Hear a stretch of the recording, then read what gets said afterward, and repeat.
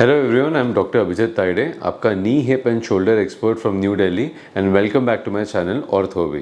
तो आइए जानते हैं कि ऑपरेशन जो नी रिप्लेसमेंट का सर्जरी है वो रोबोटिक हो, ट्रेडिशनल हो, उसके बाद आपको किन चीज़ों का ध्यान देना चाहिए, कौन सी चीज़ें अवॉइड करनी चाहिए सो दैट आपके घुटने का जो इम्प्लांट है उसकी लाइफ बनी रहे। अब सबसे बड़ी चीज़ है, जो भगवान ने आपका बॉडी बनाया है वो नेचुरली बना हुआ है। अगर आप उसमें कोई आर्टिफिशियल जॉइंट लगा रहे हो तो ऑब्वियसली आपको उसका ध्यान देना पड़ेगा। जो नेचुरल था वो भी घिस गया है, तो जो आर्टिफिशियल है वो भी घिसने के चांसेस है, उसकी एक लाइफ रहेगी। तो आपको उसका क्या ध्यान रखना है सो दैट आपको आगे जाके फ्यूचर में दिक्कतें नहीं आई, ये आज मैं बताऊंगा। सो टोटल नी रिप्लेसमेंट में जो जॉइंट अब लगेगा वो है एक आर्टिफिशियल जॉइंट। एक मेटालिक कंपोनेंट होगा फीमर के ऊपर, नीचे टिबिया के ऊपर भी एक कंपोनेंट होगा और उसके बीच में एक इंसर्ट होगा, और ये आर्टिफिशियल है। ये बीच में जो इंसर्ट है वो पॉली से बना हुआ है। अब दोस्तों, सबसे पहले इसकी प्रोटेक्शन करना ज़रूरी है, क्योंकि अगर आप इसका ध्यान नहीं दोगे घिस जाएगा और हो सकता है कि उसकी लाइफ कम हो जाए। सबसे बड़ी चीज़ जो आपको ध्यान देनी है वो है हाई इम्पैक्ट एक्टिविटी, जैसे कि रनिंग, जंपिंग, जॉगिंग, ये आपने कम्प्लीटली बंद कर देनी है। अगर करनी है तो कभी कभी आप कर सकते हो, पर ज़्यादा एक्टिविटी में इसको नहीं रखना है। नॉर्मल वॉक्स और जो थोड़ी लो इम्पैक्ट एक्टिविटी है वो सब चीज़ें आप कर सकते हो, क्योंकि इससे आपकी इम्प्लांट की लाइफ कम होगी। आपका इम्प्लांट जो लगा है वो लूज़ होने के चांसेस बढ़ जाएंगे और इससे फेलियर के चांसेस आपके बढ़ जाएंगे। आपको ये चीज़ का भी ध्यान देना है कि ये अगर आप चीज़ करोगे तो आप गिर सकते हो और आपका इम्प्लांट वहाँ फ्रैक्चर भी हो सकता है, इम्प्लांट के आसपास जो हड्डी है वहाँ।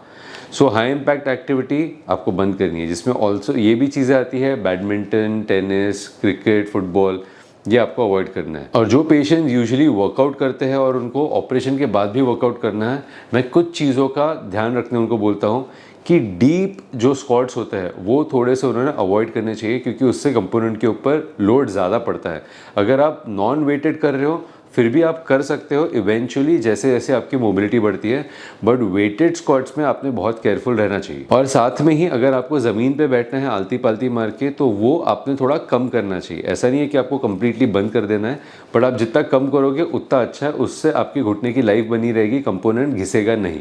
अब आपको जानना है कि आपको क्या करना चाहिए जिससे आपका घुटने का लाइफ थोड़ा सा बेटर रहे, मसल्स में स्ट्रेंथ बनी रहे। ब्रिस्क वॉक आप कर सकते हो। आप लंबा अगर वॉक भी कर रहे हो 10-15 किलोमीटर का, दैट इज़ ओके, उससे आपको कोई दिक्कत नहीं है।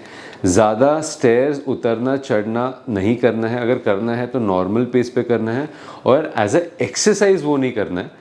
नॉर्मली अगर स्टेयर्स चढ़ना है तो कर सकते हो, पर धीरे धीरे करना है। साइकिलिंग रिकमेंडेड है, वो बहुत अच्छी एक्सरसाइज है आपका मोबिलिटी के लिए, आपके स्ट्रेंथ के लिए। स्विमिंग एक बहुत अच्छी एक्सरसाइज है आपके नी रिप्लेसमेंट के बाद, जो आपके मसल में स्ट्रेंथ बना के रखेगी। अब आते हैं योगा पर। बहुत सारे लोग पूछते हैं कि हम योगा कर सकते हैं।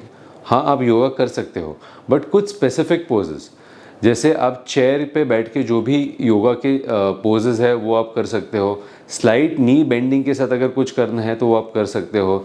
लेकिन जो डीप फोल्डिंग पोजेस है, जैसे कि वज्रासन, पद्मासन, ये आपने कम करने चाहिए या अवॉइड करने चाहिए। इससे आपके इम्प्लांट का लाइफ बना रहेगा, क्योंकि ये पोजेस में क्या होता है कि बहुत ज़्यादा प्रेशर पड़ता है, लोड पड़ता है आपके इम्प्लांट पे, और वहाँ घिसावट होने के या लूज होने के चांसेस बढ़ जाते हैं। तो अगर आप चाहते हैं कि आपका नी रिप्लेसमेंट सक्सेसफुल हो तो choose a good doctor. Implant अच्छा होना चाहिए, टेक्नोलॉजी अच्छी होनी चाहिए, स्टेरिलिटी होनी चाहिए, और साथ में मैंने जो चीज़ें बताई है अवॉइड करने के लिए और फॉलो करने के लिए, ये अगर आप करोगे so you will have a very healthy knee post surgery. अगर आपको ये वीडियो पसंद आता है तो ये वीडियो को लाइक करिए, शेयर करिए एंड सब्सक्राइब करिए मेरे चैनल को, और बेल आइकन दबाना मत भूलिए, आपको नोटिफिकेशन आते रहेंगे।